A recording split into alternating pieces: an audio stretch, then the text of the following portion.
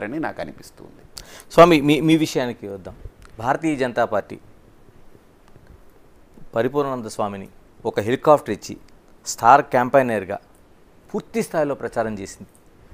అలాంటిది ఒక్క సీట్ అడిగితే అది పార్లమెంటు కావచ్చు, అసెంబ్లీ కావచ్చు, ఇవ్వలేని పరిస్థితిని ఎలా చూడాల్సిన అవసరం ఉంది? దాని గురించి ఇంక నేను ఎన్ని చెప్పినా ఇవ్వలేదు. సో నేను భారతీయ జనతా పార్టీ పట్ల నేనేం బ్లేమ్ చేయాలని నాకు లేదు. అడిగాము, గట్టిగా ప్రయత్నాలు చేశాము. నా పట్ల ఆర్ఎస్ఎస్ వాళ్ళు కూడా చాలా తీవ్రమైనటువంటి ప్రయత్నాలు చేశారు. హిందూ సంఘాల నుండి కూడా బాగా ఒత్తిడి వెళ్ళింది. అక్కడ ఇవ్వకపోవడానికి కారణం భారతీయ జనతా పార్టీకి ఇవ్వకూడదు అని ఉండకపోవచ్చు, కానీ అక్కడ ఒత్తిళ్ళు ఉన్నాయి కదా. ఇప్పుడు చంద్రబాబు నాయుడు గారు అండ్ బాలకృష్ణ గారు, నేను ముందు నుంచి చెప్తూ ఉన్నాను, వాళ్ళ మీద నాకు వ్యక్తిగతమైన ఏమీ భేదాభిప్రాయాలు లేవు, దురభిప్రాయం లేదు. కానీ నా సీటు విషయానికి వచ్చేటప్పటికి ఫర్ సమ్హౌ వీళ్ళందరూ కొంత ఆ రకంగా వాళ్ళు ఇష్టం చూపించలేదు, మొగ్గు చూపించలేదు. భారతీయ జనతా పార్టీ లాంటి వాటికి ఒక క్రమశిక్షణ లేకపోతే ఆ పార్టీ నియమావళి ఇలాంటివన్నీ ఉంటాయి. అవును, పరిపూర్ణానంద గారు దానికి భిన్నంగా, అంటే సీటు రాది కాబట్టి ఆ ఇచ్చిన మాటకి నిలబడి మీరు అక్కడ పోటీ చేశారు. మరి పార్టీతో ఇప్పుడు సంబంధాలు ఎలా కొనసాగుతున్నాయంటే? అంటే నేను భారతీయ జనతా పార్టీని గౌరవించాను కాబట్టే నేను రిజిగ్నేషన్ ఇచ్చాను. నేను రిజిగ్నేషన్ పంపాను. ఎవరికి? నడ్డా గారికి పంపాను, స్టేట్లో ప్రెసిడెంట్ గారికి పంపాను. పంపిన తర్వాతనే నేను నిర్ణయం తీసుకున్నాను, ఏంటి నేను ఇండిపెండెంట్గా వెళ్ళాలనేది.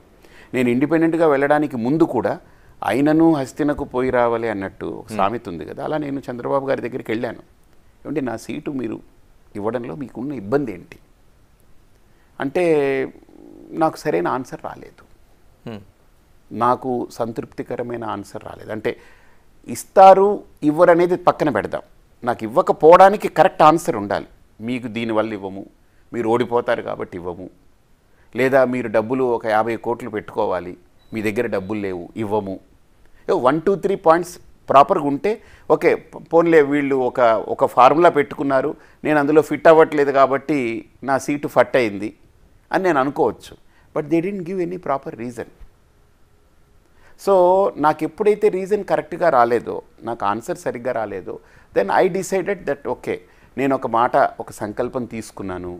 నా వాళ్ళకి నేను చెప్పాను, ఏది 600 అయినా నిలబడతాము, గెలుపోటములు పక్కన పెడదాం, నిలబడాలని అనుకున్నాం, దిగుదాము, చేద్దామనేటువంటి సంకల్పంతో దిగాను. భారతీయ జనతా పార్టీకి రిజిగ్నేషన్ ఇచ్చాను.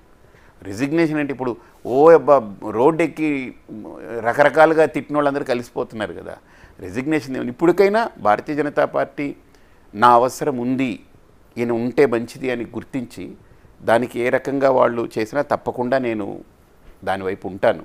కాని పక్షంలో నా రాజకీయ ప్రస్థానం అడుగు వేశాను కాబట్టి వెనకడుగైను. నా ఆలోచనలు నాకున్నాయి. నేను ఎప్పుడూ ఒకటే అంటుంటాను చాలామందికి, వివేకానంద స్వామి యొక్క కొటేషన్, ఇది కెరటం పడిపోయినందుకు ఎప్పుడు బాధపడదు, నేను ఎలా ఎగిసి పడాలి, ఎలా ఎగరాలని ఆలోచిస్తూ ఉంటుంది. కాబట్టి ఒక కెరటమే అలా ఆలోచిస్తున్నప్పుడు ఒక కాషాయం కట్టినటువంటి ఒక సన్యాసికి గెలుపోటముల మీద పెద్ద ఇదే ఉండదు. అంటే హిందూపురంకి సంబంధించి మీరు పోటీ చేస్తే, అంటే అప్పటి వరకు మీకుండే భక్తులు కావచ్చు, లేకపోతే మీరు చేస్తున్న ఒక ప్రయాణంలో భాగస్వాములైన వారు కావచ్చు, లక్షల సంఖ్యలో కనిపించిన వాళ్ళు కేవలం 1500కి ఆ ఓట్లు పరిమితం అయిపోయాయంటే నాకు విచిత్రం ఏంటంటే ప్రతి రౌండ్కి 100 కరెక్ట్గా ఫిక్స్ అయినట్టు ఏంటో 1500 వచ్చేది. ఏదో మ్యాజిక్ ఏదో జరిగింది. మరి ఏం జరిగింది, ఏం మ్యాజిక్ తెలియదు. అంటే